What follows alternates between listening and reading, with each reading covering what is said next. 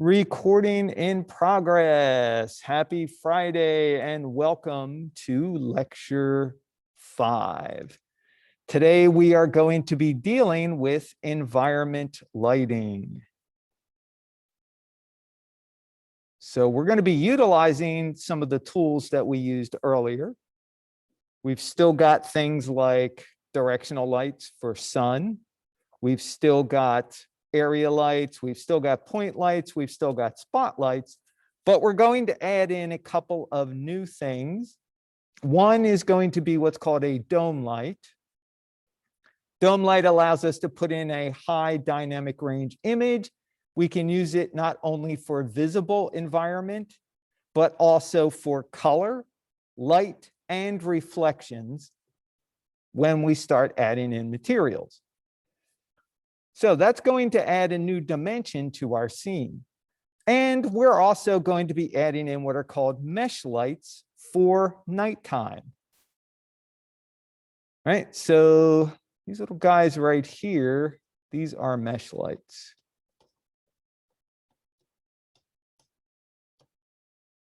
Here are all the visible lights that we have.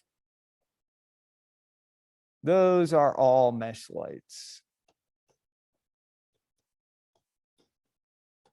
Now, for daytime scenes, the daytime, the sun and sky mostly drive our illumination.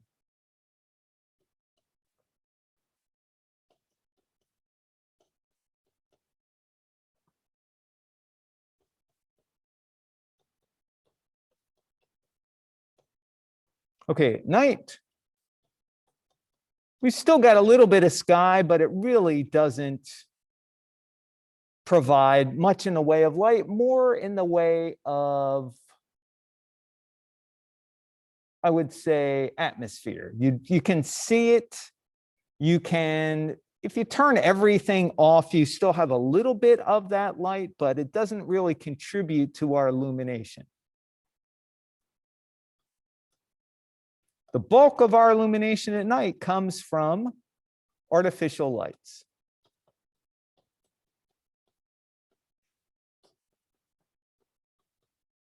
And that's where we get our mesh lights from. So the sun, we've got a directional light for us in CG. We've also got a dome light for the sky. Sometimes we use 1 or 2 dome lights, depending on our needs.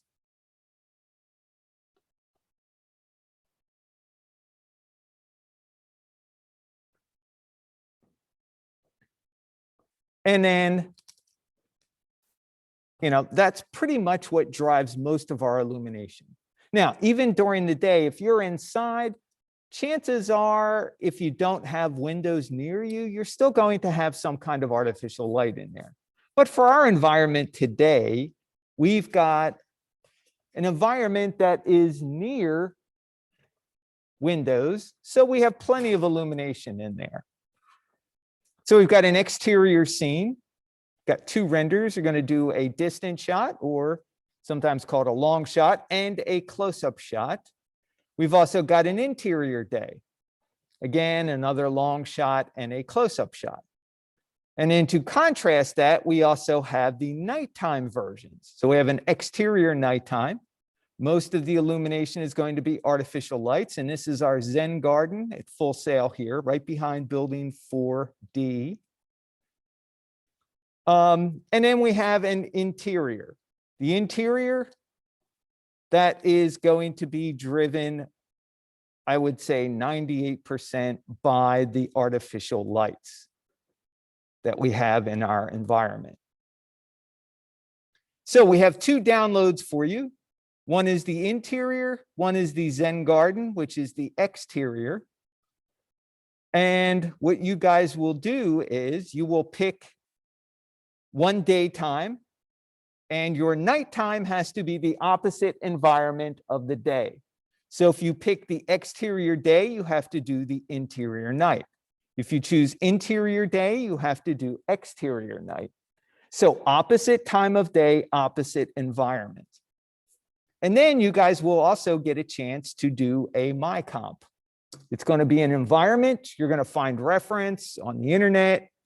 You're going to then use one of our scenes to get the look and feel of your reference. And you're responsible for composition, for staging, and also for complete lighting. So we'll go over those requirements in a little bit. Let's continue on. All right, so next week I will be out of the office on Tuesdays and Thursdays, but Frank, Ari, and our ACD, Tony Bagsby, will be on Discord to get help if anybody needs it. So just because I'm not around doesn't mean we don't have help for you guys. I will be here Monday, Wednesday, Fridays for lectures. And don't forget that on Thursdays, Frank will be running the Zoom Open Lab. The Zoom Open Lab is for all campus and online students.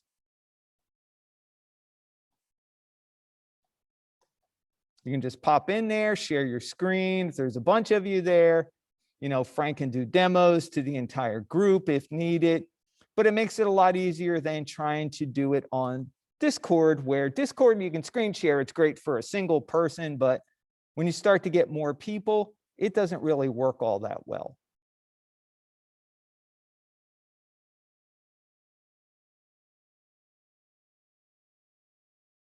All right, so our agenda today, interior lighting, exterior lighting, what the camera sees, how we interpret exposure. Now, we talked a little bit about this in lecture 2. Lecture 2, intensity versus exposure. We use intensity for our lights. We do not use exposure. Exposure is a camera setting. It allows us to determine how much light enters the camera sensor. So the amount of light is determined by two things: the size of the shutter opening or the aperture of the lens and how long it stays open. So exposure, how bright, how dark is that photo? And we interpret it in CG a couple of different ways. Exterior lighting, much simpler model than interior lighting for the day anyway. Time of day, shadow length, that really makes a huge difference. We're going to be dealing today with color temperature. So even though we're dealing with environment lighting,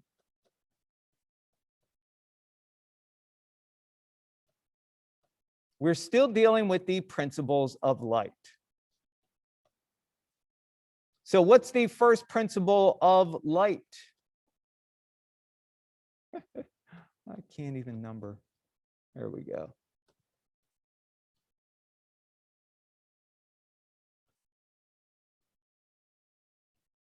So what's the first one? What is the most important principle of light? Nope, Michael, not intensity. What's more important than intensity? Direction. Yes, thank you. You really need to have it aimed at something. All right, so now the second one would be, Michael, you're up.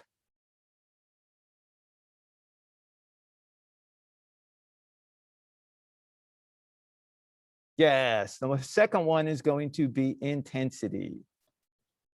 What's the third one?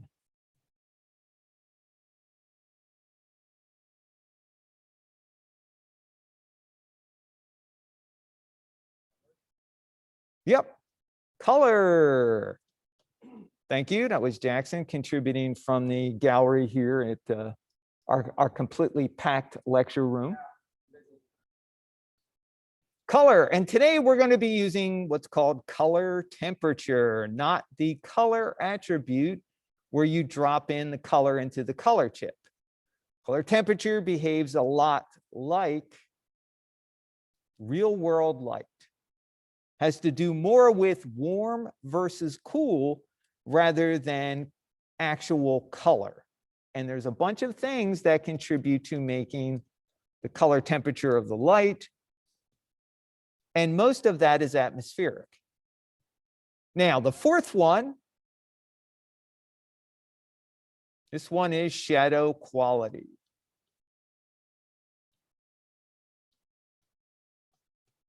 Okay, that's hard light, shadows,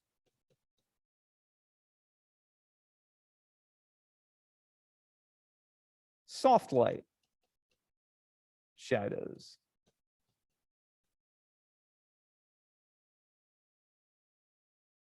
So hard light, just a refresher, could be a small light or far away.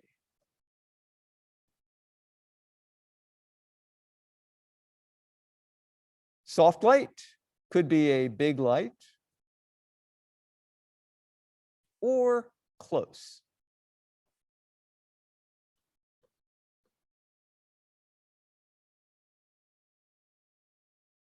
This is all in relationship to your subject. So color temperature. Now, a couple of things. Light direction, still key. When you're dealing with the daytime and you've got the sun, that is your indication of direction. So during the day, your sun drives the direction.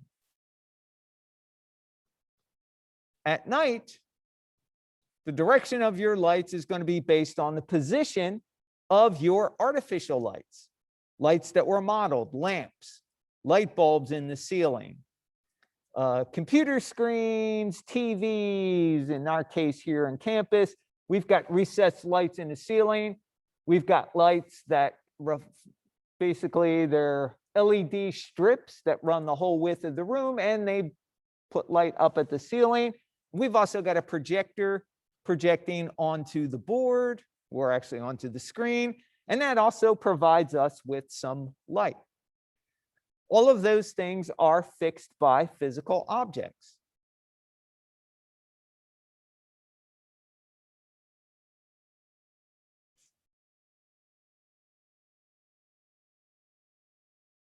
So does that make sense? Questions?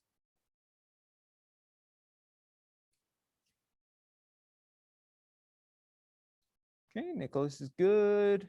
Michael's good. Thank you.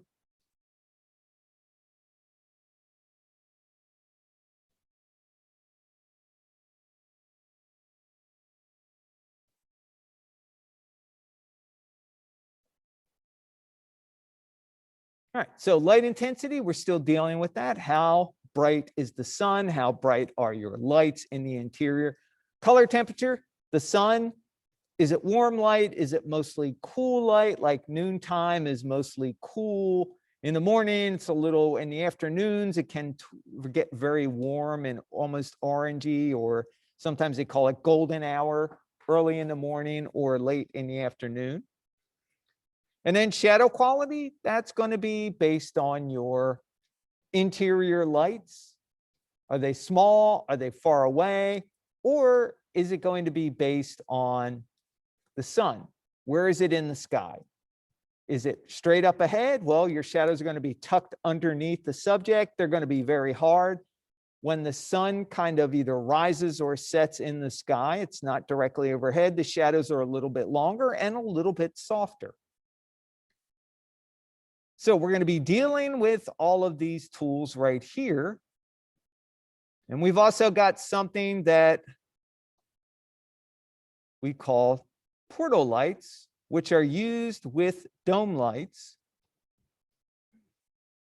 And portal lights are used when you've got an interior environment. You've got a window, you've got a door that's open, allowing light to come in from outside. It makes more sense to funnel that light through a portal than it does to calculate the entire dome, because a dome is 360 degrees. And that's great. But do you need 360 degrees when you've got a little tiny window in your environment? Probably not. Why should you calculate all 360 degrees of light when you can then use what's called a portal? That portal will funnel all of the light in through that small opening. Looks a little bit like an area light. They are placed outside the windows and doors, and it channels or funnels all of that dome light energy into the portals. So today, pretty important that we have linearized color on so that we can get the correct color and intensity display from our monitors. We talked a little bit about that in the early exercises. Project 2, Project 3, you wanted to make sure color management was turned on.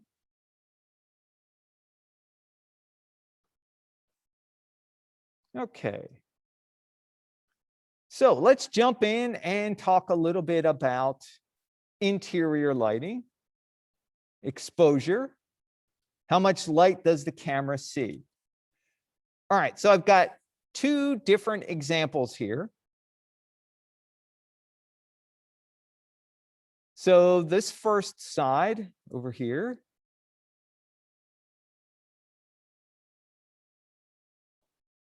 I took this with a digital, what's called a single lens reflex, DSLR.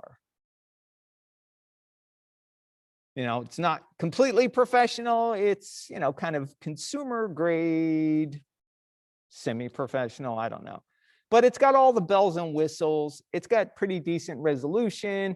It's got changeable lenses. I've got manual control over everything, including color balance, exposure, shutter speed, ASA control, which allows my camera to adjust for interior, exterior, different types and levels of light. So what I did was I did everything manually here, even manual focus. So I set my camera up and I said, okay, I want to look outside the window and I want to have my photo match the intensity of the light that I see outside. So I did that, took a picture. It took me a couple times to get the right setting, basically the right opening for the lens and also the right shutter speed. But eventually I got an image that matched really closely with what I saw. All right, so camera was adjusted for what I saw outside.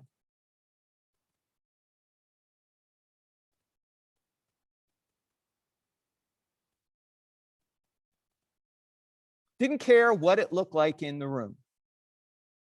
All right, so I took the picture, was happy with that. But when you look at the rest of the environment, everything is really dark. Cameras, unlike our eyes, can't adjust to multiple exposures at the same time. Well, at least not most cameras. Now you can shoot in RAW and you can bring it into Photoshop or Lightroom afterwards, but you know, that's post-processing. We're talking about what the camera and our eyes can see at the same time. So then I decided to take another picture. And what I wanted to do was set it up so that my camera captured the right level of light in the interior. I didn't care what it looked like outside. So again, it took me a couple of different exposure controls and shutter speeds to basically get this level of light. So here the camera is adjusted for the interior.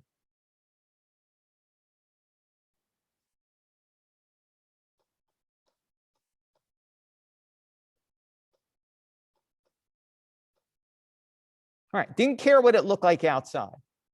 But you can see that outside it got overexposed or blown out, too much light. But yet the inside looked great.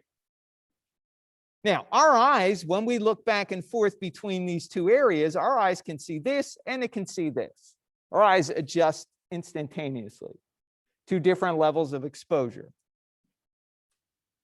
Now, that's an average generalized comment. Not all the time can our eyes adjust to really bright and really dark situation, but this wasn't that bright or dark. Now, on the right side, this was everything is auto. This is done with my phone.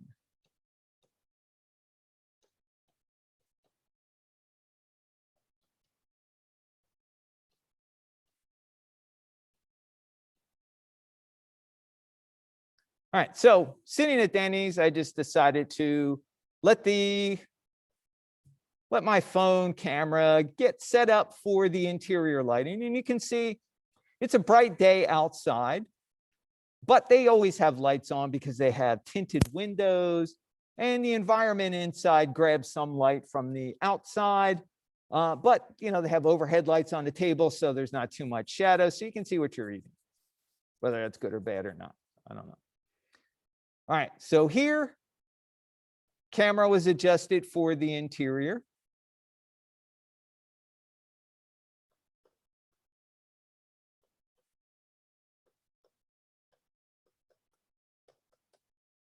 And on this one, I set the phone on the window so it could come up to the exposure level of the light outside, and that's really what I wanted. So here the camera adjusted itself for the exterior. So you can see, again, where we wind up with outside looks great, inside is too dark. Too dark, or sometimes called underexposed. Meaning the camera wasn't exposed to enough light to allow us to see it properly. Okay, so here outside, this is too bright. This one is overexposed. So in CG, we have this dichotomy. Our eyes can adjust simultaneously to different environments of light, but in CG, we have to choose which one we're doing. Now, the reason I bring this up is because we are going to be focusing on having our environment light, our interior light look natural, and we're going to allow outside our windows to be overexposed. This is typical of most images that you will see of environments. So if we go to the internet and we go get the good old interwebs going here. So we'll choose images. Let's clear everything here. And let's see, how about living room?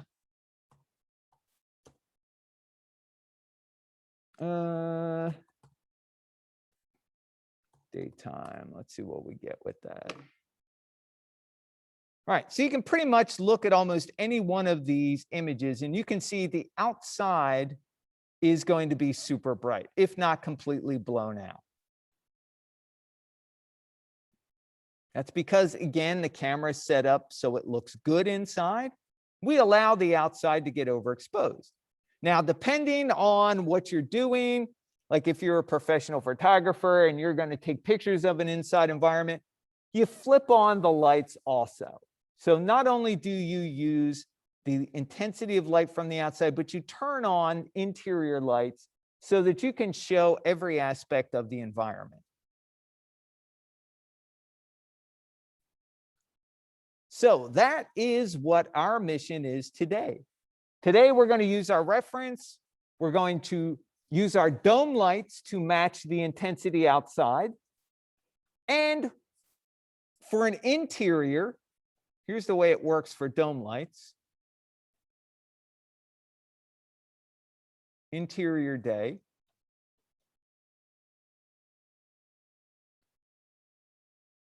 We use 2 dome lights. Like, what? That's heresy. No. First dome light is for the amount of light visible in the environment.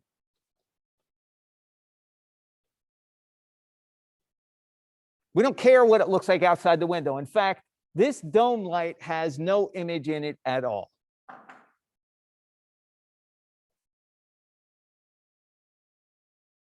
We use it for pure intensity. The second dome light we use for visibility.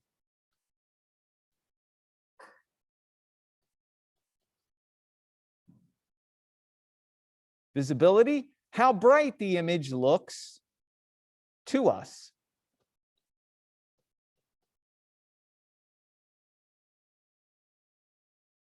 Image, actually, it's just going to put environment.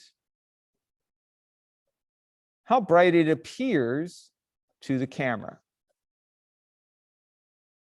So here, if we were to recreate this shot right here, okay, I'd have one dome light for the amount of light that would get me the intensity in the room, the indirect light that I see, and then a second dome light for visibility. So I can get it really nice and bright. And part of the problem is you say, well, can't you just do that with a single dome light? You know, adjust the intensity of what you need and then have an image in there. Well, yes, you can, but a lot of times the amount of energy we need from a dome light, if we were to have an image in there, it would be completely blown out and white because we require a lot of energy. So it'll probably make a little more sense when we get into talking about it and demo it.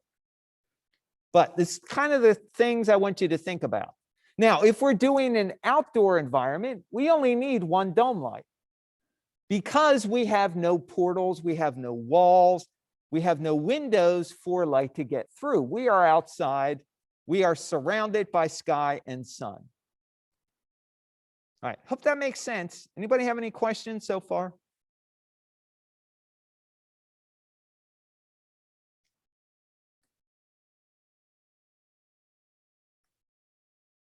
All right, Michael's good. Lauren's good. Thank you. Kayvon, Ion's good. Bal's good. Jackson, how are you? Jackson's good. All right, thank you, everybody. And before I forget, let me do a screenshot so I can grab everybody for attendance here. Make sure I don't miss anybody. All right, so let's go on. And here is a typical image that you can find on the internet. One which we kind of looked at in a couple of different quick searches. So what we want to do is break this down so that we can recreate this in CG. So we go with the assumption that our modeler has modeled this entire environment as is, as seen to the camera.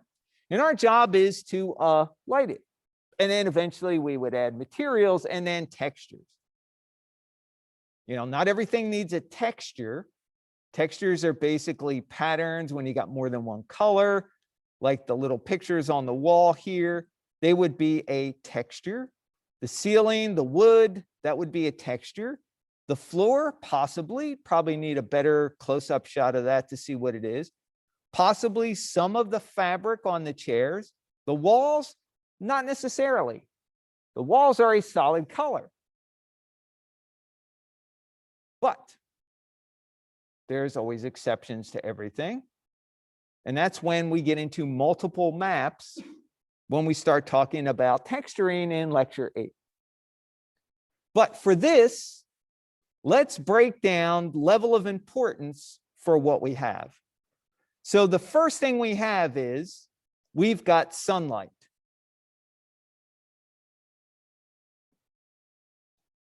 We've got direct sunlight entering into the room.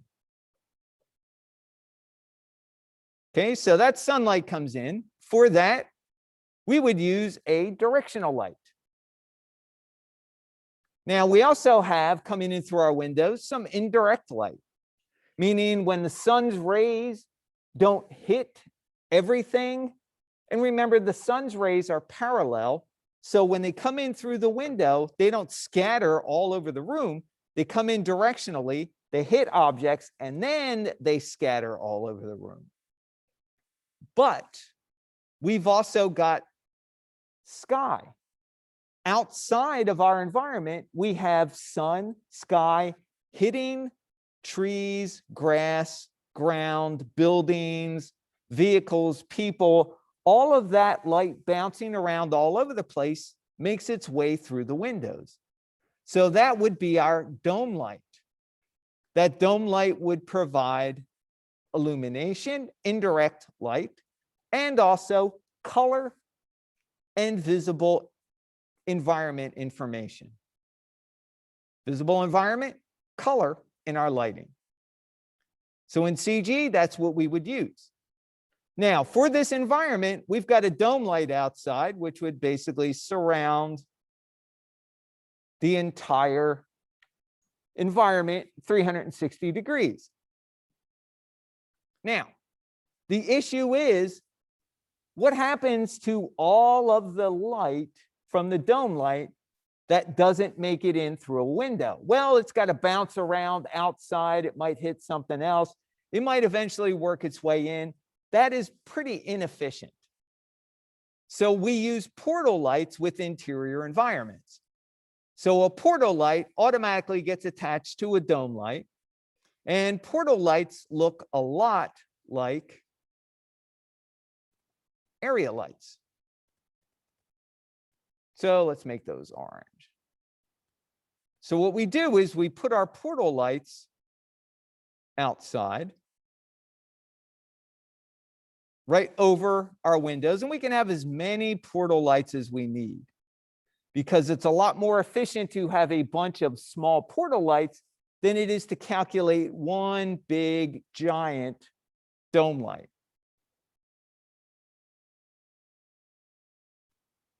So however many windows we have, however many door openings, we're going to use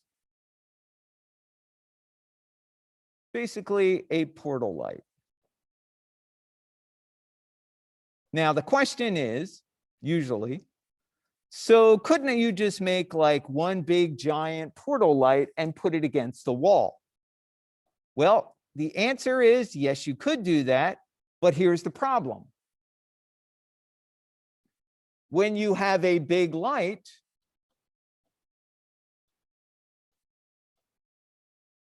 you have very soft shadows, which means a lot of noise when you render. It's a lot more efficient to have a bunch of smaller lights for a smaller sample area than to have one big giant light. And that big giant light's going to have voids in it. You're going to have areas where it's against a wall does not have an opening. So it's a lot more efficient to place smaller lights in the openings than to provide one big giant light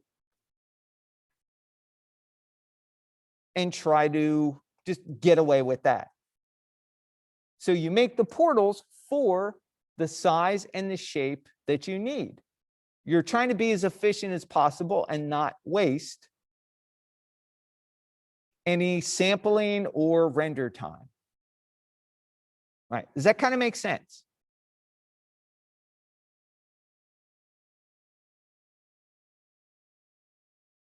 So portal lights are designed to represent openings, windows, doors, anything that allows light from another room or outside to come in.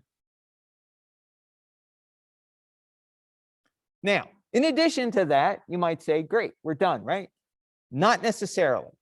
Remember, in CG, we do not get a one-to-one energy transfer. So just because we set our scene up to match the real world environment doesn't mean that our lights, our rendering, and our indirect systems can bounce light efficiently like it does in the real world. So a lot of times we don't wind up with light bouncing around with enough intensity, because our light systems tend to have the intensity degrade quite rapidly with every bounce. Whereas in the real world, things carry a little more energy. So we still need to use bounce lights in some occasions. So for example, let me kind of clean this mess up here. So for example, we've got light coming in through the window here. Okay, so here's our sunlight.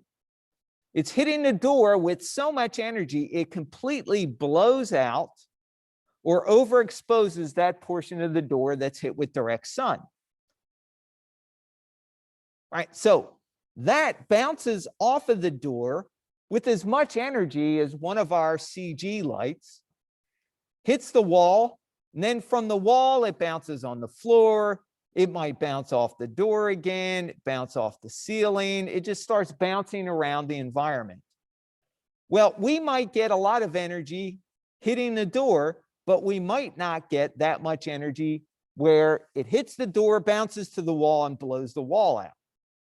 So in that instance, we might use an area light to basically boost our bounce light off of the door so that it hits the wall. We also might use one on the wall. We might use one on the floor just to kind of add some light bouncing around. So then the question comes to, couldn't you just use a point light, something that illuminates in all directions? Well, you could, but the problem is every time that light bounces off a surface, it's going to degrade a little, whereas a point light's going to be pretty even. So a lot of times, if you've got a critical bounce, like in this area right here, you're probably going to use a couple of small bounce lights and alter the level of intensity. And you might even change the size a little bit, because when light bounces off of a surface, it's going to diffuse. It diffuses, bounces off another surface, it diffuses even more. So consequently, it gets a little softer with each bounce. So all things to think about when we start dealing with today's exercise. Now, when we're dealing at night, it's a little bit different.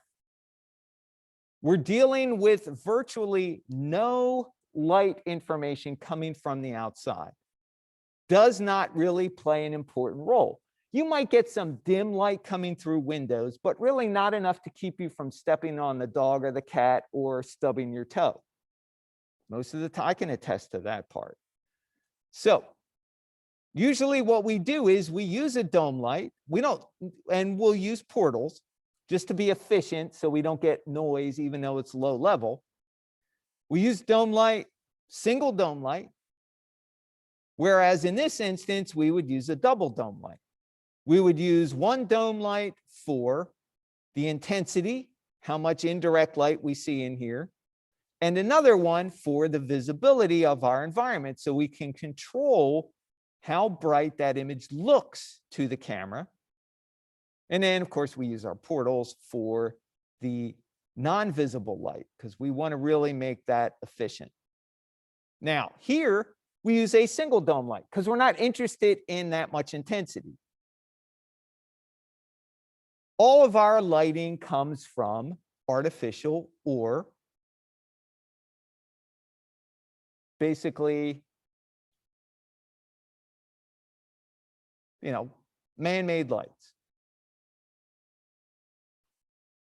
Man-made, not really a accurate, but artificial or, non-organic lights. So dome light with an image outside, we use for visibility to the eye, to the camera. Yep, it's going to provide a little bit of light, but it's going to fall off really quickly. All of our environment lighting at night is going to be through lamps, light bulbs, anything, TVs, computer monitors, any device that has an illuminated screen. So here in this environment, we've got a lamp light, and it looks like it's got a lampshade that allows some of the light to go up. And looks like lots of the light to go down. And it's going to reach pretty far. So this is actually going to be, for want of a better word, kind of our key light. That's going to be the light that provides most of the illumination in the environment. However, we do, on the other side here, we do have a light that the photographer put behind this, looks like a table or kind of an entertainment center, put behind it purely just to separate this from the background, just to add a little bit more depth.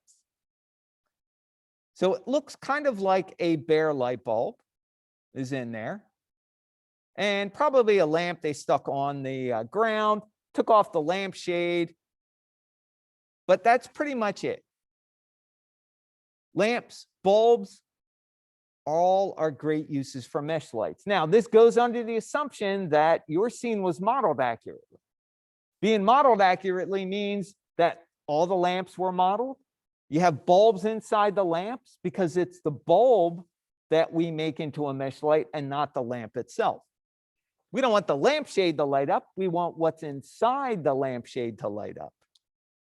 So fortunately for you guys, we do have a scene that has everything modeled. Now, the nice thing about lighting at night, inside or outside, as far as light direction goes, it's taken care of by the geometry that's in your scene.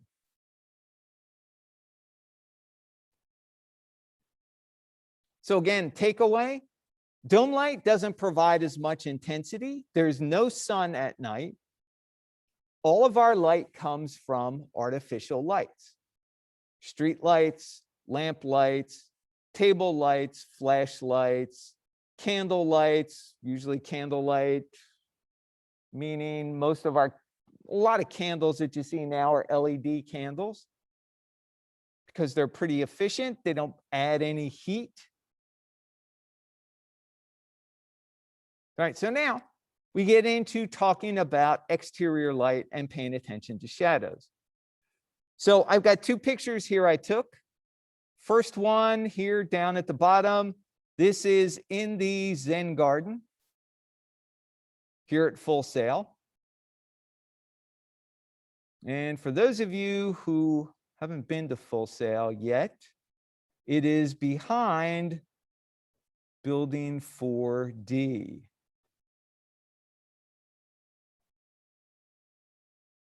So basically, Jackson, if you were to walk out our door here, make a right, go to the back lot, go right, follow the back lot all the way around. There's a bridge you go over. You're probably familiar with 4B, where the computer animation building is. If you go past that, go straight around the corner, you'll see the Zen garden. So this was the Zen garden, and this was 3D Arts. Building 4B. B as in Bravo. So we got building D, Delta. We got building B, Bravo. Different times of day, 10:30 in the morning. And then we've got 2 p.m. in the afternoon. So went out, took a picture. Shadow length is roughly about the same. And you can see a lot of times with the sun, people think, okay, long shadow like that, it's going to be soft. Well, the sun doesn't really have soft shadows until it gets really low in the sky. So that's usually why we keep our sun or directional light distant angle. It's the angle of the sun. We keep it at 0.5 because that provides a nice average shadow that the sun is known for. Now, having said that, the longer the shadows are, so this one was 5:30, 6 o'clock in the evening, I think July or August. So you can see long shadows, they're a little bit soft, but not really fuzzy on the edges. So time of day does affect shadow length and softness, but minimally compared to what we would expect to see with a long shadow. So pay attention to the shadows coming from the light sources like the sun. So here's our CG version of our Zen garden. And we'll go over that in a little bit. All right, so we're talking about getting darker and darker outside. So when we're near dusk or early in the evening, actually any time in the evening, honestly, because when the sun goes down, hits below the horizon, the sky is still going to be brighter than the environment. There's not much light bouncing around the environment, but light does bounce around in the sky. Even at night, when there's no moon, the sky is usually brighter than the environment.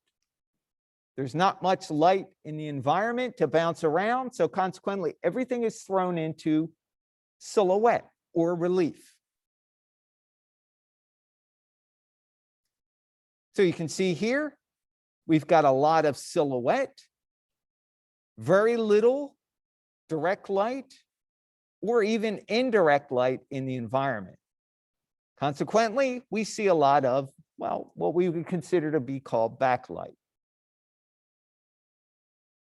Now, when we're talking about light and an environment, especially at night, you do a party or you do anything at night where you need to be able to see, you're probably going to use a bunch of small lights. So here we've got a table setting, and you can see we got a bunch of little tiny LED lights or candles. Chances are they're LEDs. But all of those little lights tend to add up to create a nice kind of warm, inviting environment. They don't throw light very far, but they do provide enough light when you are close to them. Now you can see we got a lot of blue on the table around it. That could be from the sky, you know, maybe it's early evening, or it could be from, you know, an canopy over the table to protect from rain, leaves, whatever's going on outside.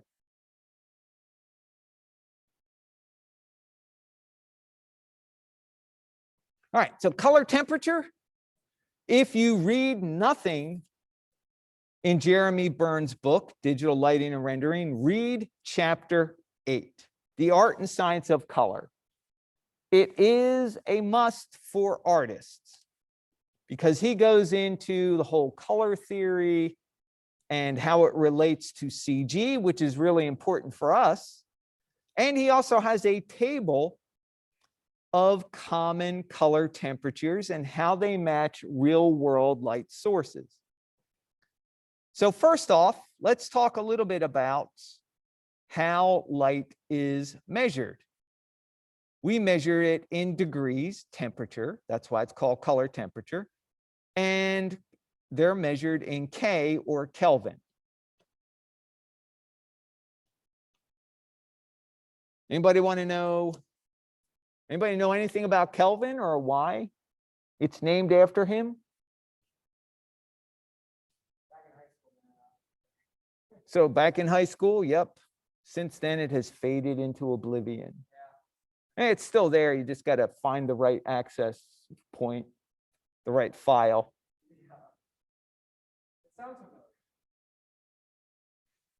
Anybody remember any high school physics? The memory is dead. Ha. I hear you, Kayvon. All right, so Kelvin, I believe was 18th century physicist.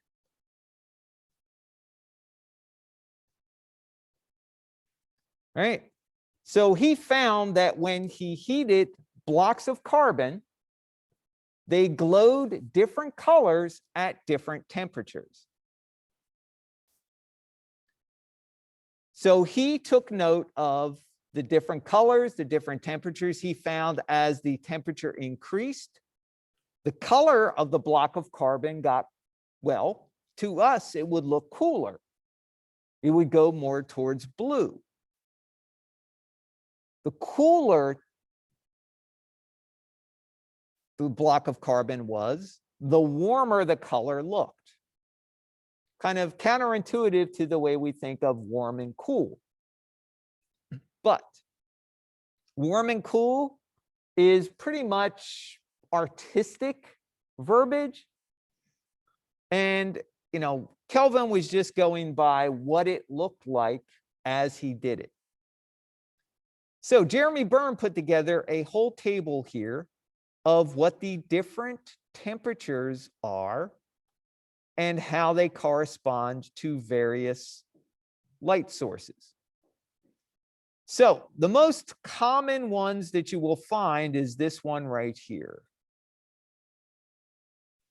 By default, your lights in Maya, whether you use V-Ray or Arnold or RenderMan or, any rendering system that uses color temperature, the average color of light that you'll see if you enable color temperature is probably going to be 6,500 degrees. That's fairly neutral. It's a little on the warm side, but not as white as the default. But that is kind of the standard. Go outside at noon. That's about the color temperature that you get from the sun. Now, as the sun starts to set or, rises, it's not quite noon, it's going to be a little bit warmer. It's probably going to be somewhere between 5,500, maybe 5,000.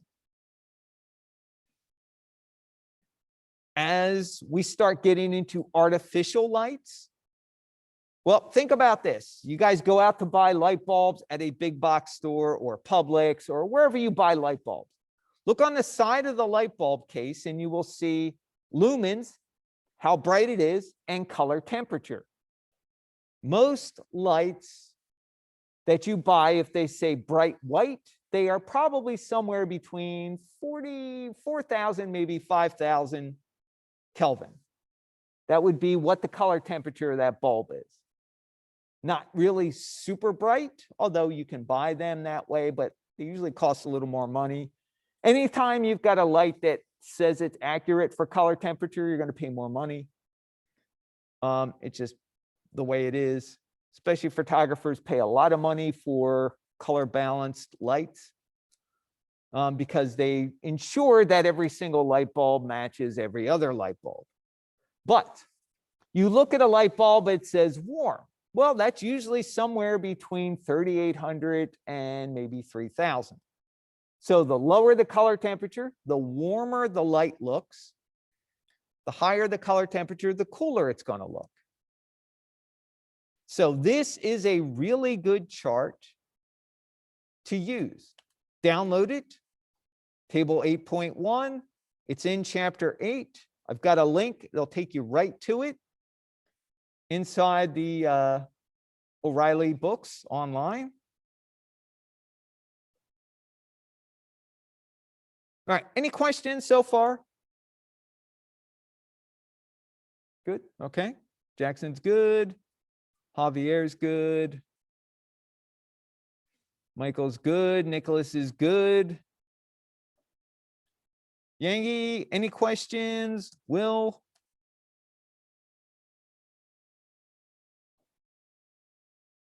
Val's good. Thank you. Janelle, Katerina. Everybody good? All right. Thank you.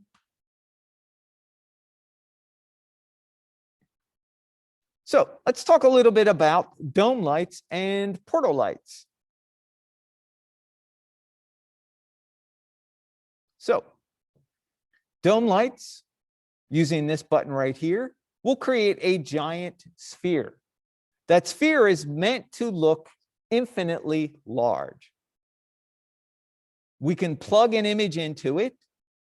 We usually use HDR images, high dynamic range images, because they contain enough information. Information being they've got enough brightness, because high dynamic range means they can go well above 1. Usually 1 is considered white and black is considered 0. And they can show all kinds of stages in between because the image is actually set up to have what are called multiple exposures in it. HDR images are usually shot on a camera that can capture multiple exposures either at once or the camera will take them one at a time and automatically adjust the exposure setting to allow more light. And then on the other end, less light.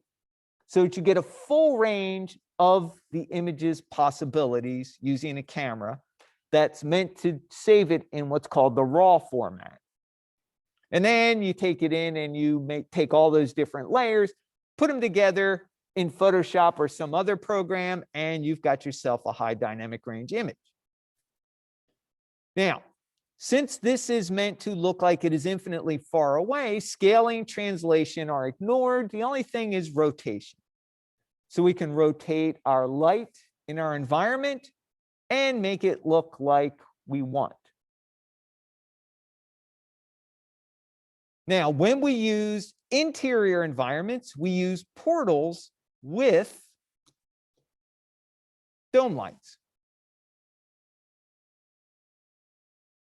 So let me do a quick demo on that part before we get into mesh lights, just so you can see what's going on with it.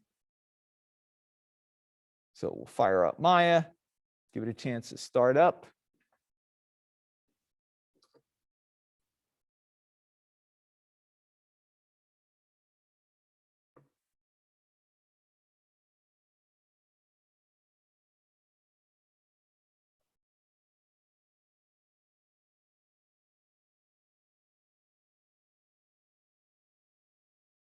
Wait for Maya to start.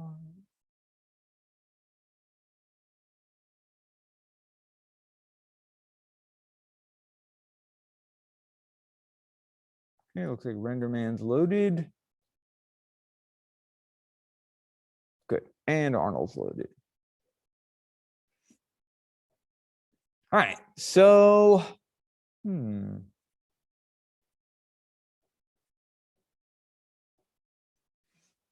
Well, first, you know what I'm going to do? Just a simple demo just to show you how dome lights behave. So just a plain couple of spheres.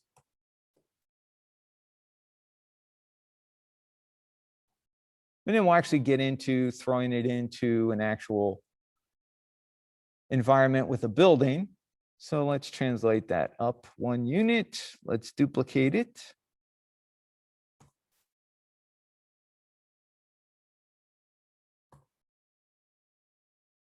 Don't forget, whenever you're working, make sure color management is turned on. Now, in Maya, it is set to automatically be on for any new environment. But when you open something up that you've gotten from another source, something you didn't create necessarily, make sure it's enabled so you get your display and your actual images to look the same, especially EXR images. Because a lot of times, you know, everything may look good in your scene. You bring it into Photoshop, it's either too dark or too light. And that's because color management's not turned on in Maya. So it's on by default. Next, let's assign an AI standard material. Shift T, AI standard. Don't forget, most of the time, we are turning off specular weight, and we are changing the base color value to 0.5. 0.8 is too close to white. So if I were to render this out right now, I'd have nothing. I don't have a light in my environment. You need 3 things to make something visible, right? In a render, you need a camera, you need an object, you need a light. I've got a camera and an object, but no light. So let's add in a dome light, which is this little icon up here, 4th icon from the right, or actually from the left, in the Arnold shelf. Click on it.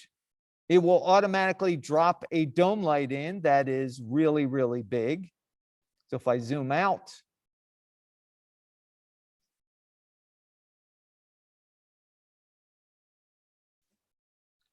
the dome light comes in. The color of the dome light automatically is white. So now when I render it, notice I get really nice, super soft shadows. this light is illuminating from all directions. So I can adjust my intensity if I want, make it brighter, make it darker. I can take it down really dark, make it almost like nighttime. So since this is a dome light, we can actually plug an image in here if we want to. I'm not going to do that yet, because there's a couple more things I want to show you. So with a dome light, it's automatically going to cast shadows. And the dome light itself is automatically going to be visible to the camera. Now, if you want to make it so that your dome light is invisible to the camera, in the dome light attributes, you go under visibility, under camera, and you turn it off. Notice we still have illumination, but now it's not visible to the camera. So what that allows me to do is adjust my intensity completely independent of how bright that dome light looks. So I can adjust it down. And honestly, what I could do at this point is, if I wanted to have another dome light, I could add that one in, make that one visible, put an image in it. And now I've got a dome light that I can adjust the visibility on, and a dome light I can adjust the energy or intensity.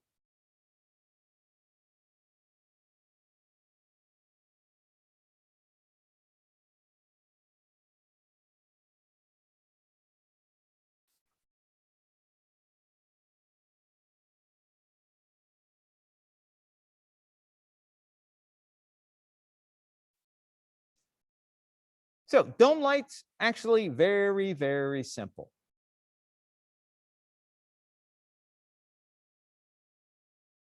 Now, for a dome light, we can add in color temperature. So for example, we're going to use our dome light as a demo for color temperature.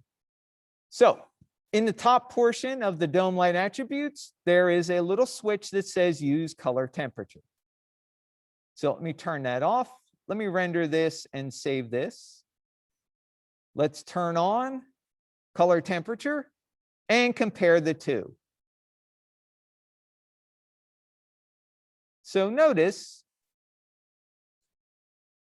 that this is with color temperature turned on. That's at 6,500 degrees.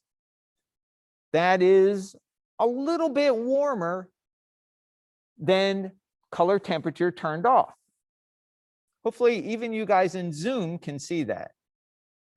So this is color temperature 6,500. There's my saved screen of the initial. That's like completely pure white. So if I lower this to like, one thing about this, the slider's rubbish. Nobody does color temperature at like 6493. No, just go in blocks of 500. So try 6,000. Notice it's going to keep getting warmer. Go 5,500. It gets warmer still. So now we're probably talking sunlight, pretty much close to golden hour. Start getting lower than that, and you're going to start getting into artificial light.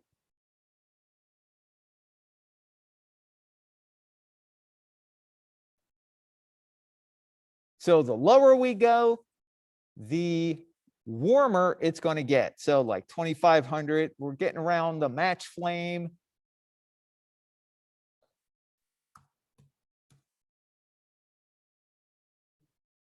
Yeah.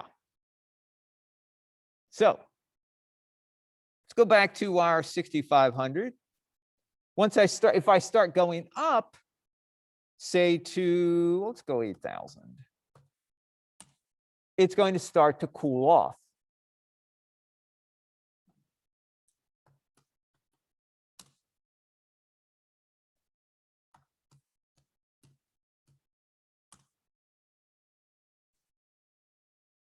People usually associate cool light at night because, the sky's gotten darker. The light isn't as intense from the sun. We get moonlight, and believe it or not, the moonlight is actually pretty warm, but by the time it gets to Earth, it's cooled off quite a bit in our environment. So a lot of times at night, we always equate nighttime with a cool light temperature. Now, like I said, you're going to be using reference images, so you're going to try to match the color temperature of the reference. Now, with the dome light, once you have an image in there, color temperature is negated because you're getting your color from the actual image and not artificially from the color temperature. Color temperature is really good in a dome light if you're using it for a double dome light system, or you've got an artificial sky you've created, or you're using artificial lights. There would be another example. So let me, if I turn off illuminates by default,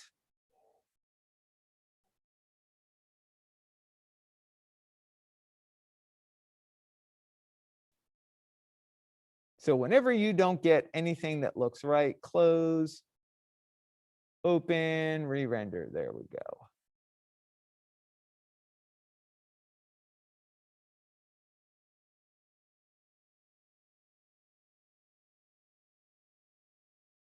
All right, so that is kind of a demo on the naked version of the dome light, meaning it is not obstructed. It doesn't have anything in it. So let's take a look at what happens when we plug an image in. Now, for today's exercise, we provide you with one HDR image for the Zen garden. For the interior, we provide you with a link inside the instructions that will take you to a website called HDRI Hub, where you can download free HDR images. So it's a really good resource to have. But for right now, I'm going to use the one that we provide in the Zen Garden project folder. This is one that we actually took outside here at Full Sail. So this is Full Sail building 4D. This is 4B. And this dumpster is that little corner around there. And there we are hiding. That's me, and that's Joe Brandibus. He's the guy who had the HDR camera. It's a 360 HDR camera. So this is what our HDR looks like. So we try to hide behind the dumpster and minimize our intrusion into the environment. So that's the image I'm going to use to drop into my dome light. So dome light images get placed inside the dome light color attribute. So dome light attributes, go to color, click on that little checker button that will bring up the create render node. And when you add an image, you go under 2D textures on the left, choose the file node, and then you want to map your image in. Now, I don't have my project set, so shame on me. And I have to go searching around for my image. And the reason I didn't set my project is because I am not saving this. All right, so my Zen Garden, Maya project folder. If you guys download it, you'll get the same image. So I click it, hit render. It's going to take a second to build the image so it can render properly. And when it does that, now I've got my Zen garden. And you can see the color is a whole lot different after I brought that image in. Why? Because the sky, lots and lots of blue in the sky. So there's our actual Zen garden over there. The reason we took this picture here is because this looks very much like this does down here, right outside the Zen garden. And this allows us to have an environment where the model we built fits inside here. All right, so there's Joe with the hat on. That's me behind him.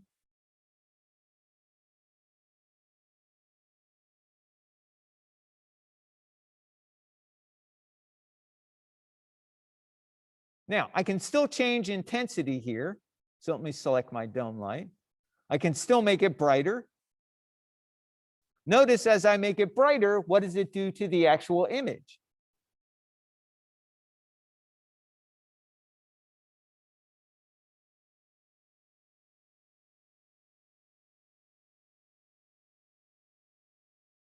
The brighter I make it, the brighter the image gets. That works well if you've got an exterior scene, because usually the camera is getting the same level of light in the environment and the image looks the same. But in an interior, this is where it actually kind of changes. So the reason we use double dome lights for interiors is because we want to get the sky and our background to basically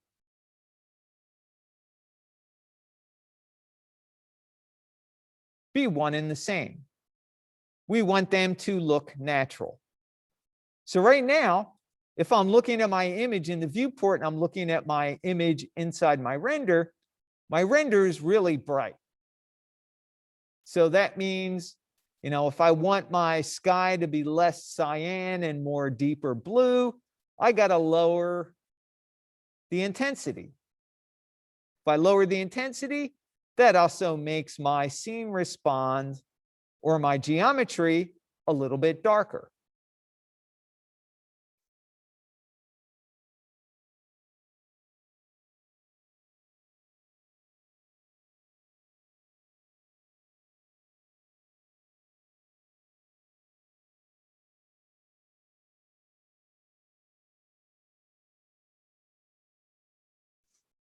Now, at this point, if we really want to mimic the sky and the sun and the environment, you can see this was a cloudy day.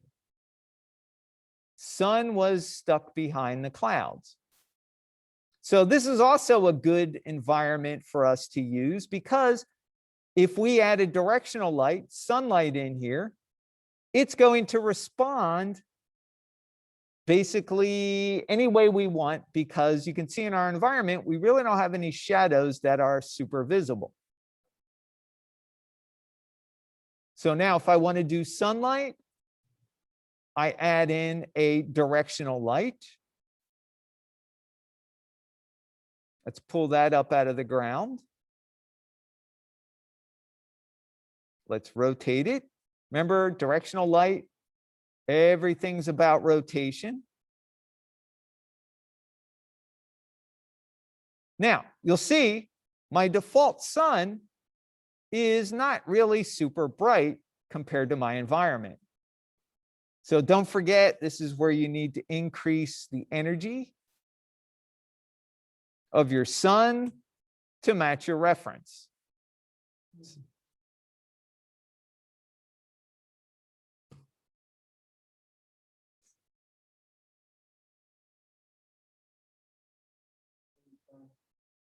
Yeah.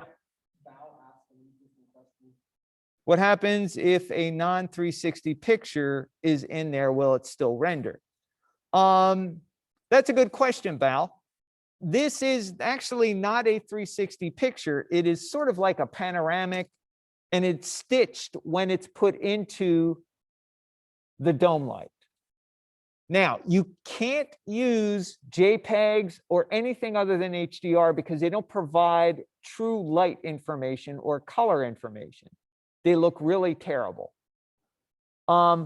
You can put a regular image in here. Just be aware that you may have distortion if it's not a true HDR.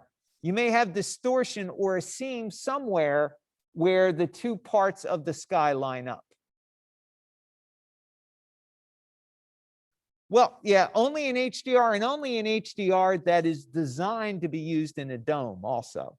Because they do make flat HDRs that are just used for background images. But most places where you go to an HDRI hub or any place you go that specializes in HDR images, they will have basically them set up for dome lights. Yeah. That's going to give you your best results, Kayvon. Absolutely.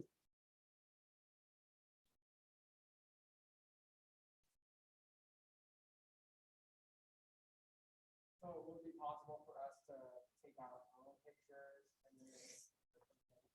then... Yes, but here's the deal.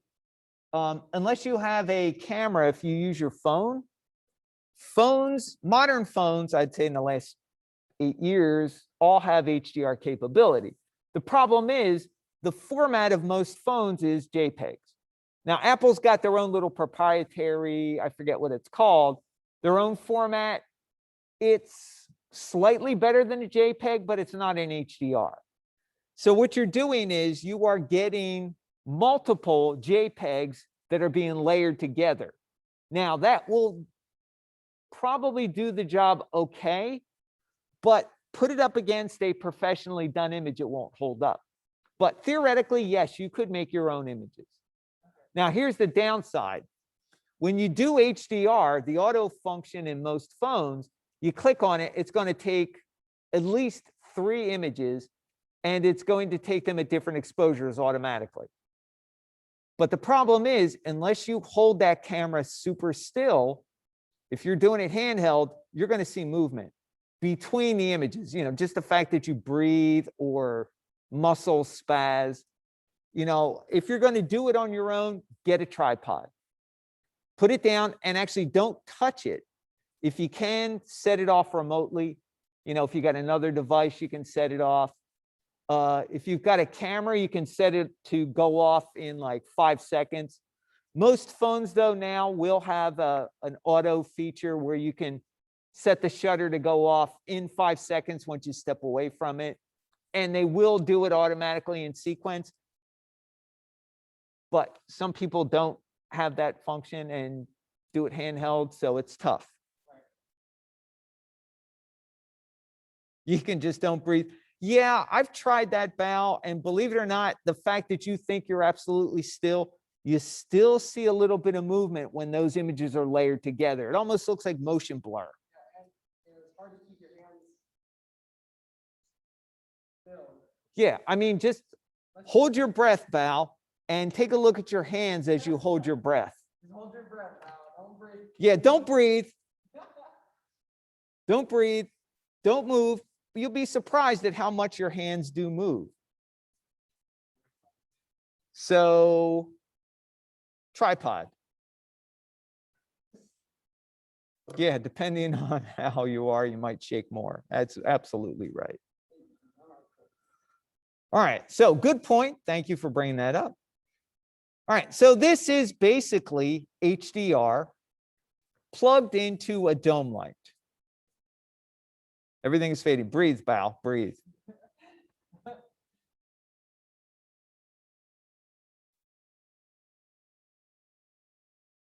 So when you fire a rifle, you actually make the shot when you unrelease your breath slowly. That way you're most stable. Same concept, yeah, for a camera. But, you know, since you're recording it, you're going to see that movement between images. Remember, it's got to take multiple exposures. It's not just one image. In order to get an HDR, you need a normal exposure, an overexposed image, and an underexposed image, meaning overexposed, there's a lot of light in it. Underexposed, it's very dark.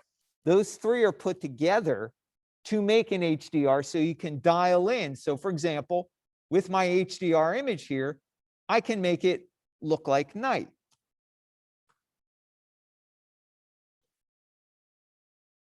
Now it's almost like nighttime, and now I got moon in there. But I'm not actually adjusting the contrast or brightness. I'm actually adjusting the exposure of the HDR.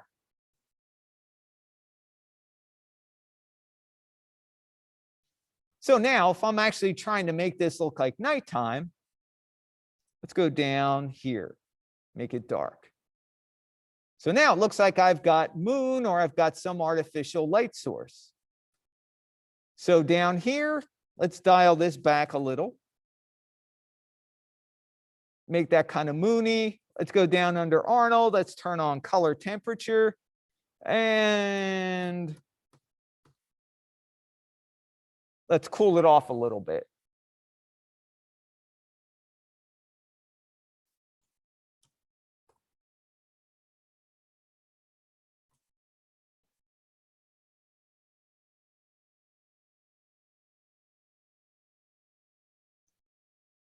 So now it kind of looks like we got some moonlight going on with a really dark environment. All right, so let me set everything back where it was, put the directional light back.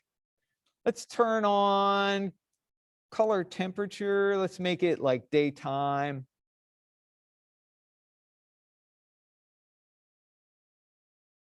Let's actually go 5,500. There we go.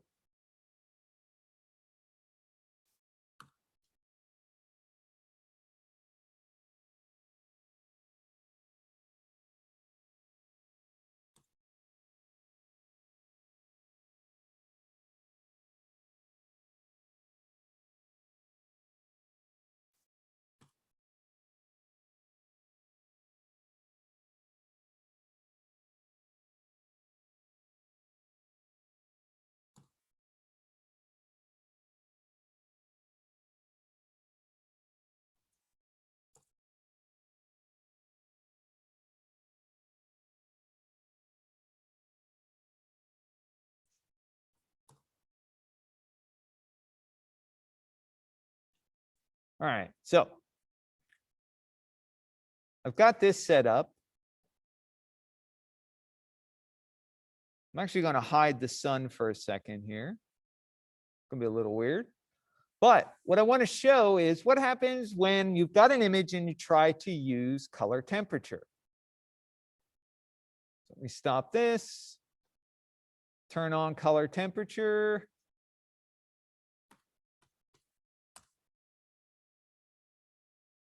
Let me stop. So I had to stop my IPR, close the window, open it up. So I've got an image plugged in here, but what happened to my image? Once I enable color temperature, it kind of shuts down the image.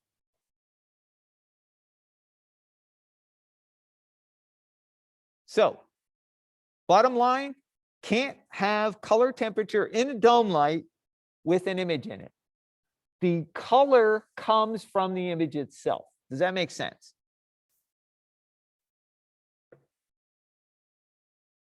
So you turn on color temperature, notice it looks fine, but it didn't actually update.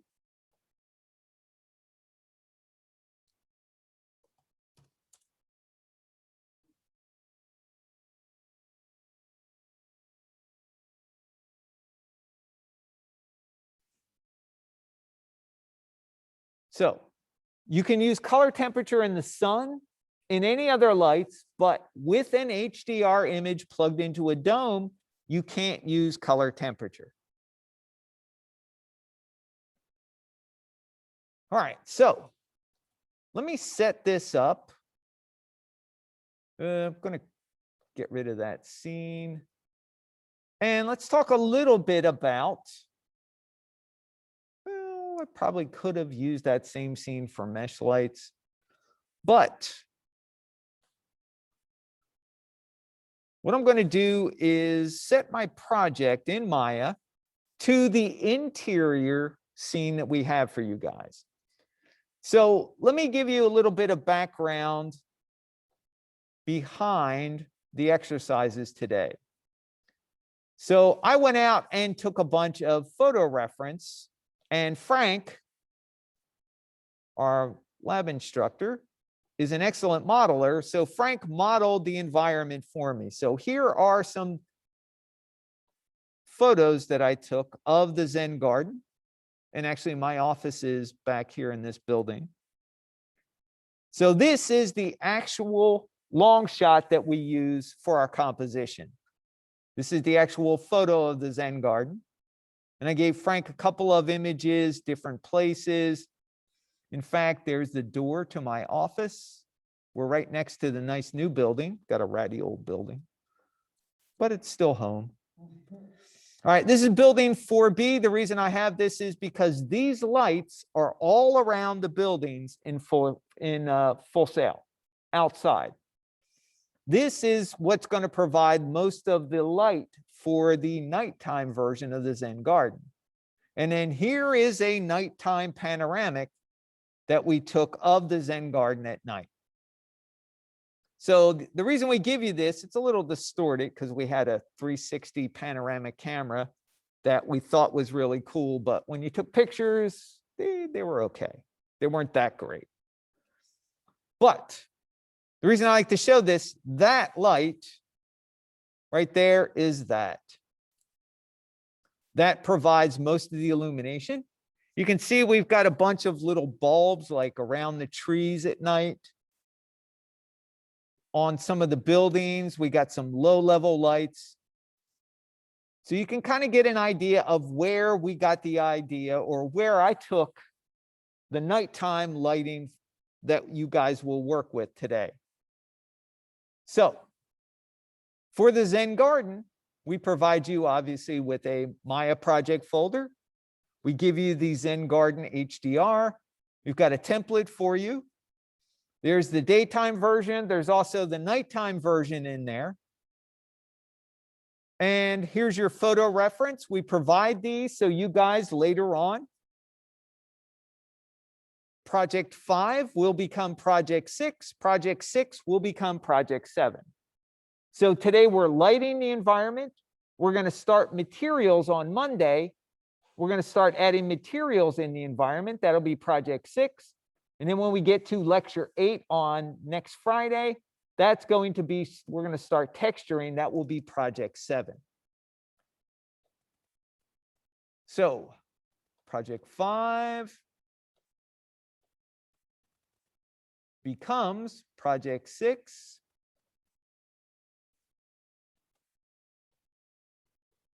Project 6 becomes, well, one of the environments in Project 6 becomes Project 7.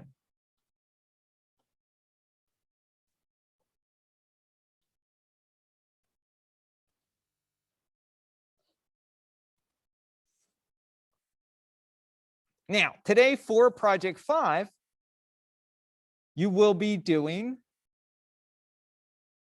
interior, exterior, opposite time of day, opposite environment.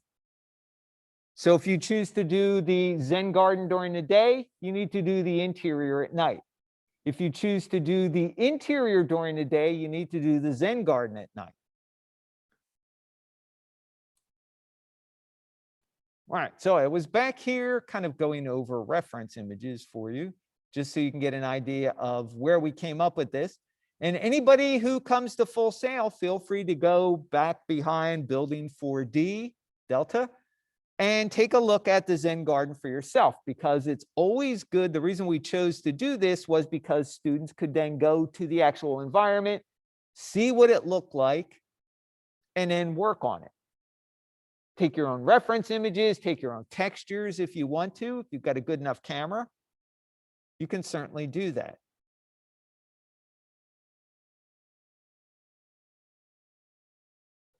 So that is the Zen garden. The interior, Frank modeled that for you guys.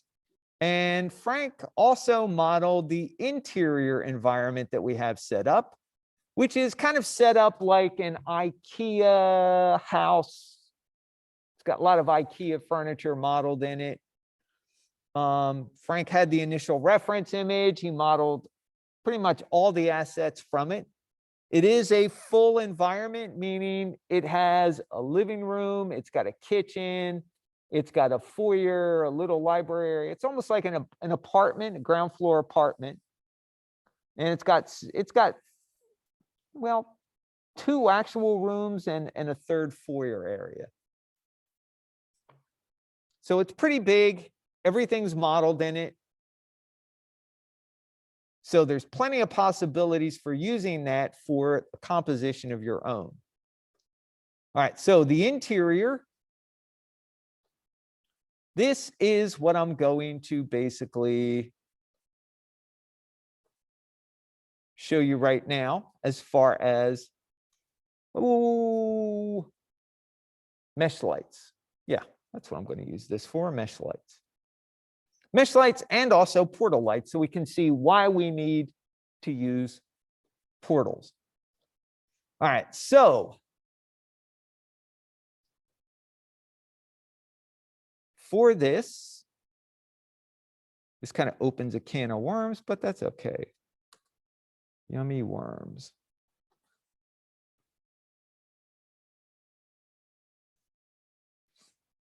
So let's go over some of the activities here, and then we can get into talking about multiple dome lights and portal lights and then mesh lights.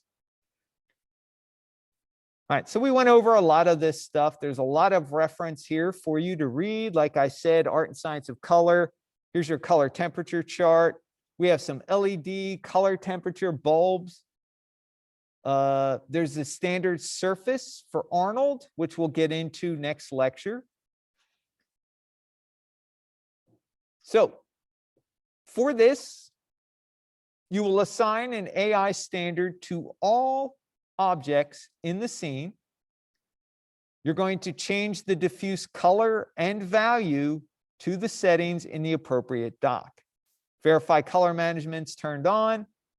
You're going to recreate each reference image that we provide for you. Make sure all your lights are Arnold and use Arnold attributes.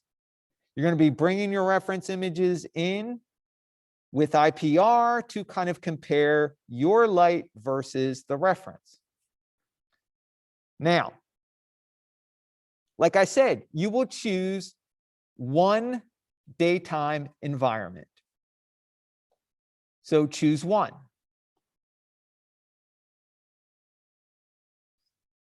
So again, if you choose to do the exterior daytime, you will need to do the interior night. So the nighttime is going to be the opposite environment from the day. So again, if you choose the interior day scene above, you need to do the exterior night below. So in the end, you will have an interior, an exterior, a daytime, a nighttime. Doesn't matter which one you choose to do, the choice is yours. This is where you can have a little creativity. Now, when you're done those, you get to create your own composition. Use one of our scenes, whichever one works the best. Find photo reference on the internet of an environment you would like to create. You can use as many lights as you want, but you must use a dome light with an HDR image in it. This is for your composition. Find your reference, use one of our files. You can use HDR that we provide, or you can find others. All right, does that make sense? Questions? Yeah, that makes sense to me. All right, thanks, Will.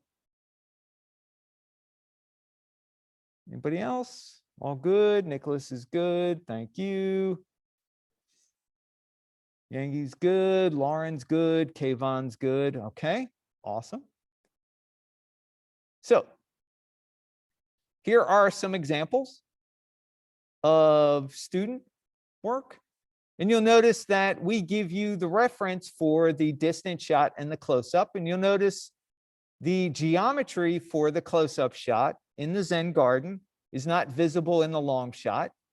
It needs to be turned on because it's on a separate display layer. And your job is to match the lighting. So in these examples, we have student work from exterior daytime and interior night. Like I said, you could do interior day, exterior night. It doesn't matter. Your choice. But you can see the nighttime scene is mostly mesh lights. A little bit of visibility through the windows for the dome, but it's mostly mesh. Now, we have downloads for you. We've got a template for your composition. Why? Because you're only required to do one render for your composition.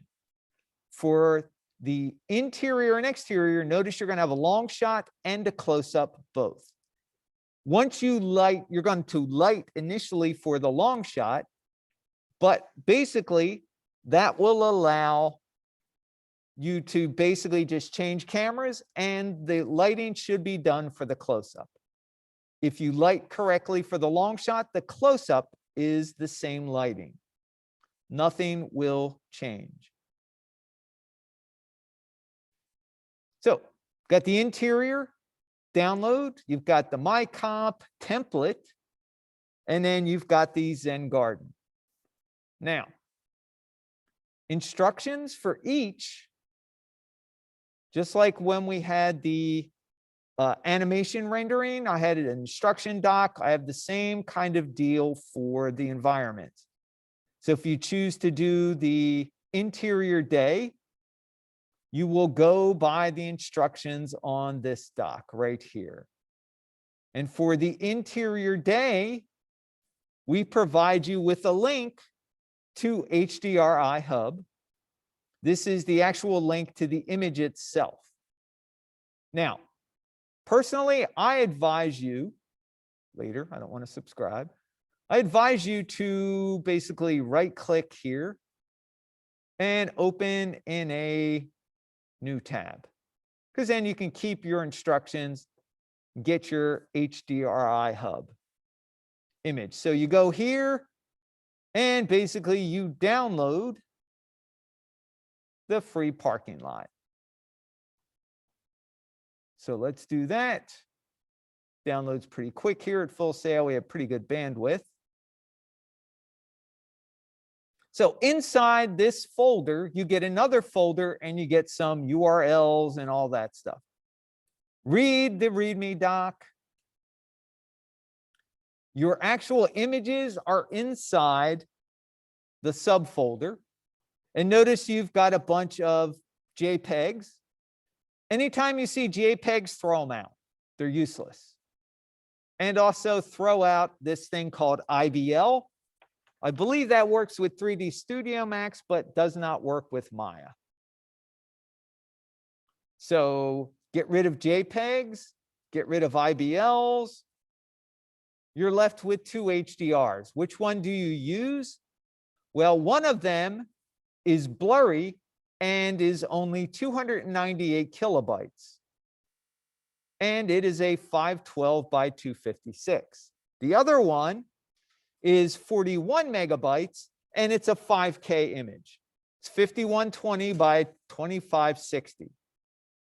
You are using the big image, not the little one. The little one's pre-blurred, sort of like what you get in Substance Painter.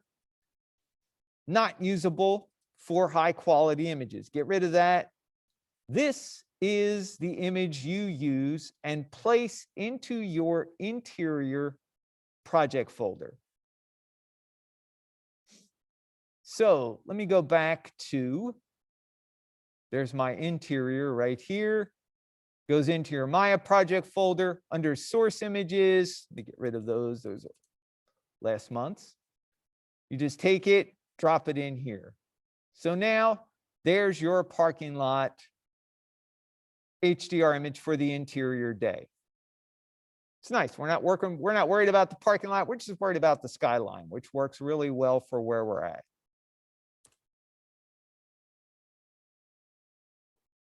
All right. So again, you get to that through the instruction doc. So again, if you choose to do the interior day, those are your instructions. If you do the exterior day, here are your instructions. For this one, we provide you with the Zen Garden image, the one I just demoed to show you how HDRs work. That's already in the Zen Garden source images folder in your Maya project. Now for the nighttime, same deal, different set of instructions. And for nighttime, for the interior, you're going to go to the HDRI hub, and I found on HDRI hub an actual nighttime city environment HDR. So you're going to click on that. I like to right click and open in a new tab. That way I still have my instructions. So this is what it looks like, and just hit download now. So that's going to download, should be pretty quick here at Full Sail. And there we go. All right, so let me get rid of the parking lot stuff. All right, so just like the daytime HDRs from HDRI Hub, the nighttime, you're going to get all this stuff. You're going to get a subfolder. Subfolder has what are called backplates. Anything that's a JPEG is rubbish, get rid of it. Totally unusable. There's a JPEG here, JPEG there, JPEG everywhere. Get rid of JPEGs and get rid of the IBL. Like I said, that's image-based lighting node. I think it's for 3D Max, but doesn't work in Maya. Get rid of them. And you're left with two HDRs. Which one do you use? Well, you're going to use the bigger one. This one's 309 kilobytes. It's only 512 by 256. Or we get the 4K version, which is almost 27 meg. It's 26.6. This is the one we use in our HDR. So get rid of that blurry small one.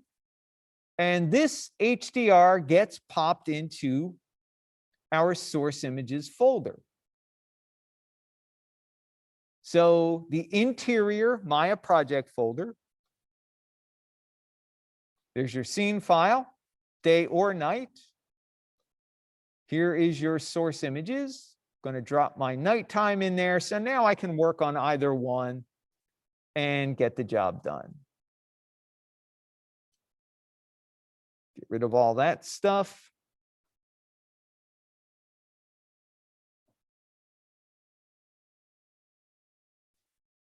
All right, so we give you the instructions. Like I said, whichever one you choose for the day, you need to do the opposite environment for the nighttime version.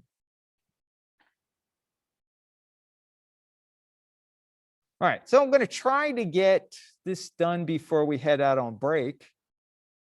Because then when we come back from break, I can mostly do the actual demo for setting the scenes up so you guys get an idea of the workflow. So what I'm going to do is set my project to the interior day. All right, so lesson 5.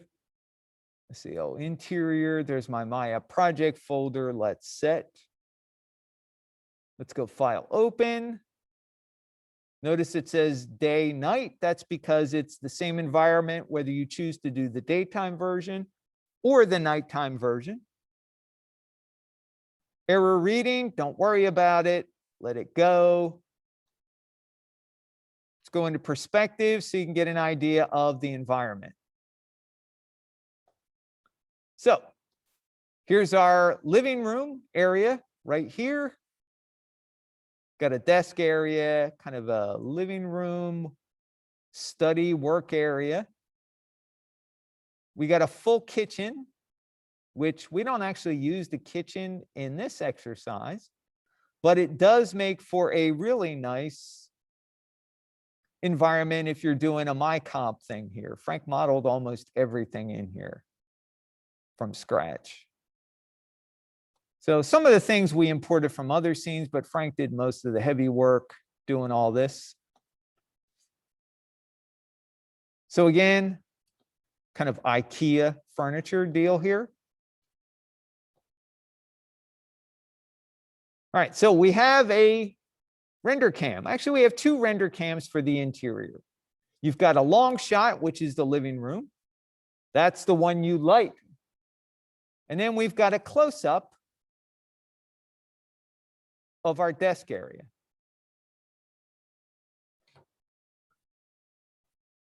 All right, so first thing I'm going to do is do a save as.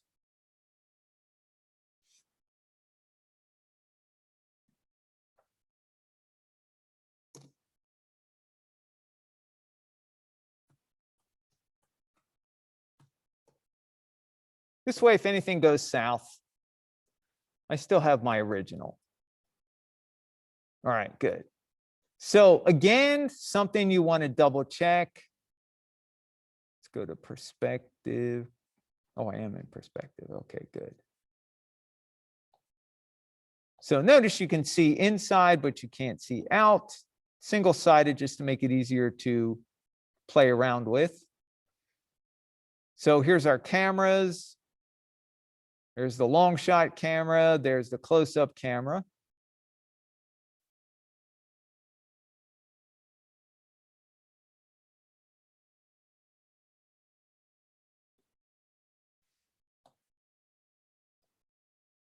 All right, now, the reason I'm mentioning all this is because when you start out,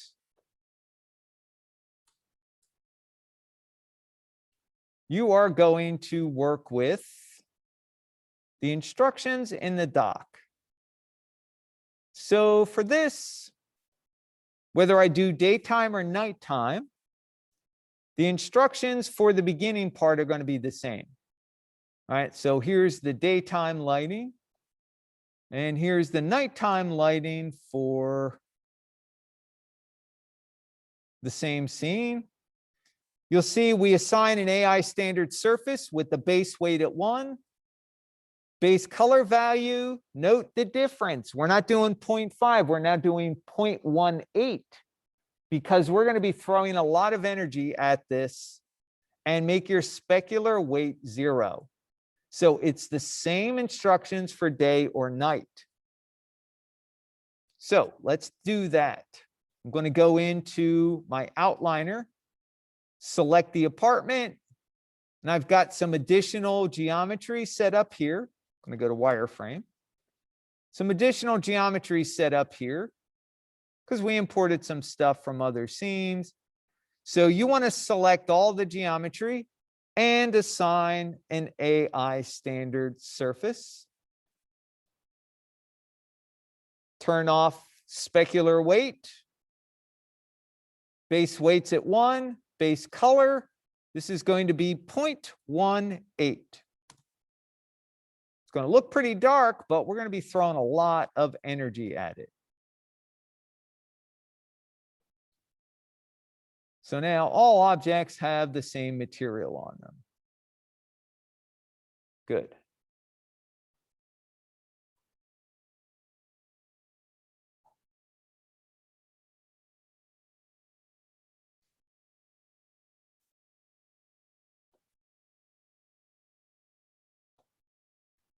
All right, so let's just do a really quick example of why we use portal lights with dome lights in an interior.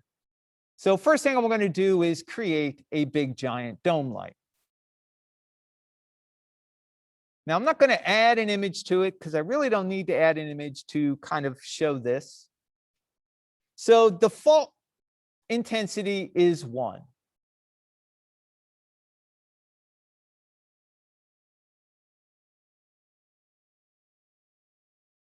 So it's going to take a couple of seconds for it And I want to make sure that I'm rendering from the render cam. So let's do the living room. There we go. So you'll notice, not much light making its way in. So let's crank up the intensity.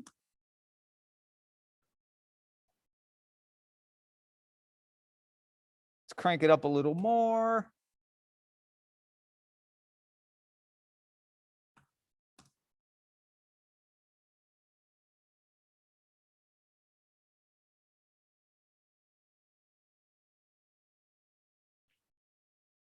Right, so the whole idea is I want to show what this looks like. I'm going to keep the intensity there just for now.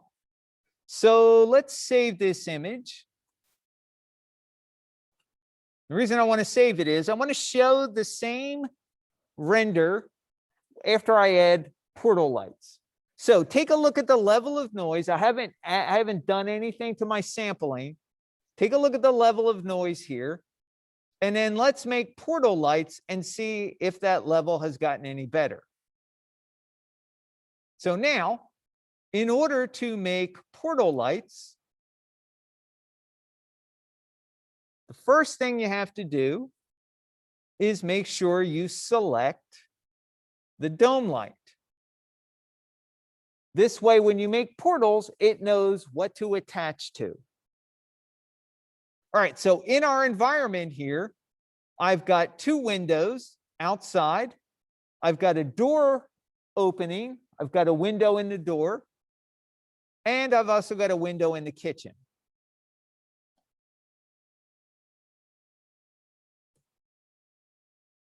So there's my kitchen window. There's my door window. And there is my living room windows. So I need 4 portal lights. And you need to make them one at a time. All right, so the portal light icon is the icon right next to the dome light. Looks like a dome light with a little area light in the middle. So what we do, select your dome light, click on the portal light icon, and that will create a new portal light. Now, where does the portal light go by default? Well, where everything goes by default in Maya, when you create anything, it drops in at the center of the world. So this looks just like a standard area light, except if you click on it, it says AI Light Portal Shape 1. Notice it has no light controls of its own, because it is basically a slave to the dome. The dome controls pretty much everything.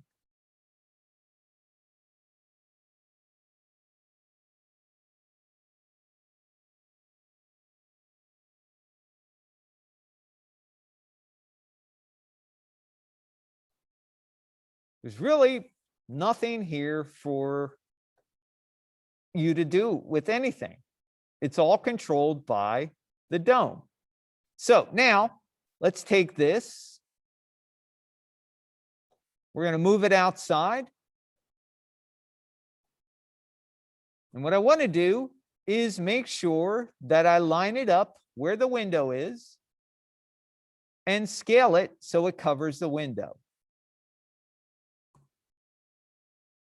You want to make sure it's aimed inside. And it's okay if the little pointer goes into the window, but you don't want the actual portal light itself to go into the geometry. Little pointer is okay. You want to make sure it covers the window. So now what we need to do is create another one. You don't want to duplicate it. So select the dome again, hit portal light. Let's drag that second one out. And we'll set it up exactly the same way. We'll scale it. So it covers the window. So now we've got 2 portal lights. We need to make another one for the window on the door. So select the dome again, hit the portal button. Let's bring this portal light outside. And this time we have to rotate it because we need the pointer to be aimed into the house. So let's rotate it. Looks like it's 90 degrees negative.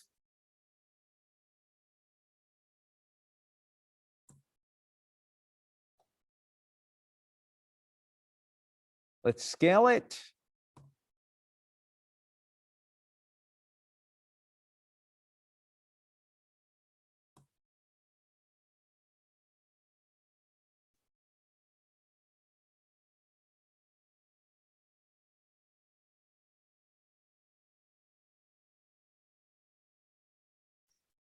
Okay, it's covering the window. That's good. One more for the kitchen.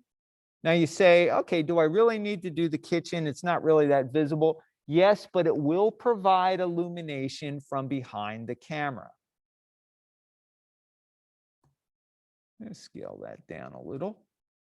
Try to be efficient with it. All right, so I select the dome light again. Portal one more time. Let's move this to the back.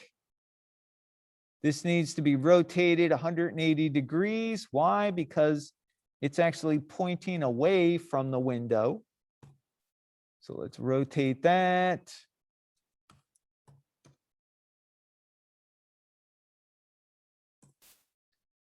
Let's position it. Let's scale it.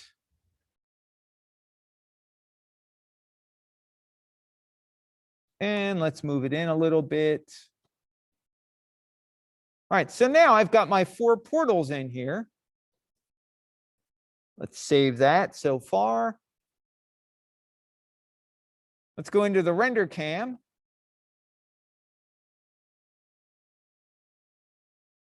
And see what that looks like.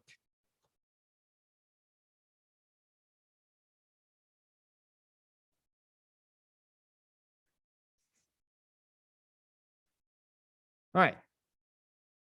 So it does render a little bit faster because it now is only calculating the dome lights coming through the portals. So this level of noise is from the dome light. This is from the portals. Notice there's much less noise because we're not calculating the entire dome light. So look at the areas right here and over here. So this is with portals.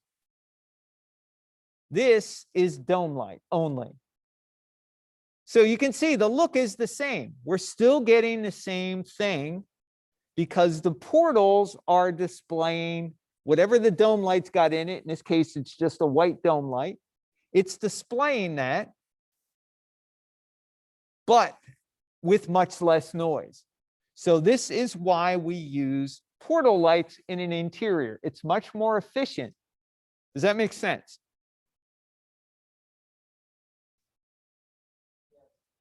Okay. Michael's good. Tyra's good. Jackson's good.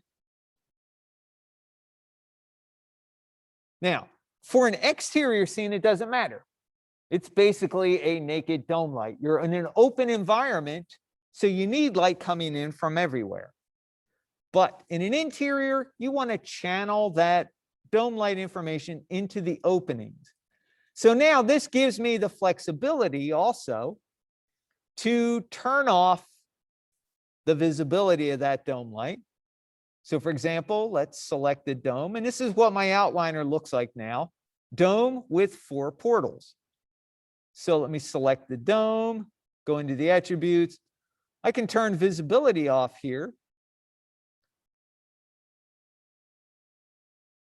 And now I've got a dome light that I can just work with the intensity.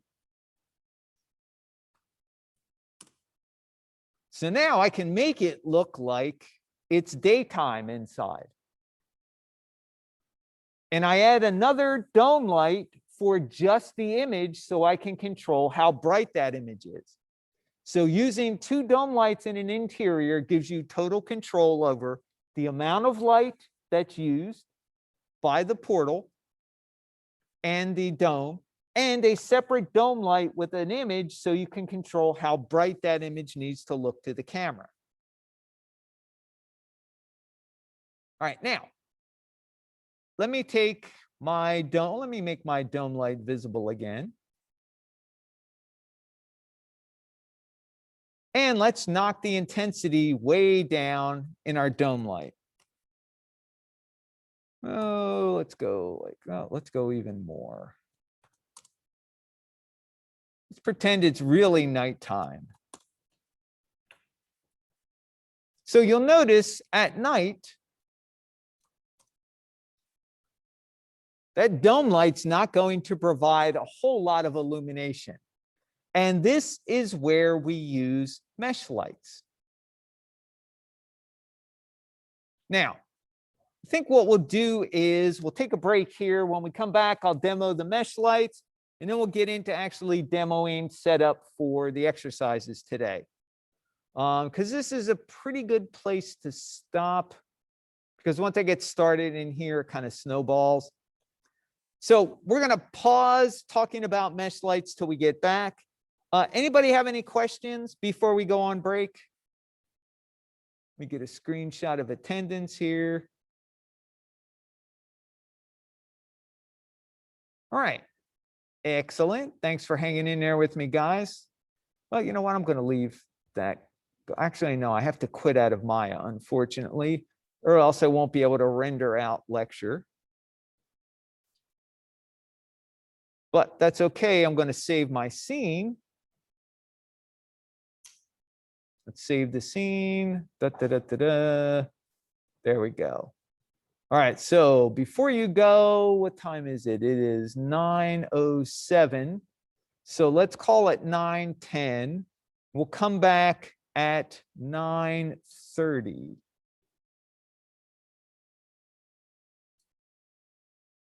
So let's come back at 9:30 and we'll do some more demo. See you then.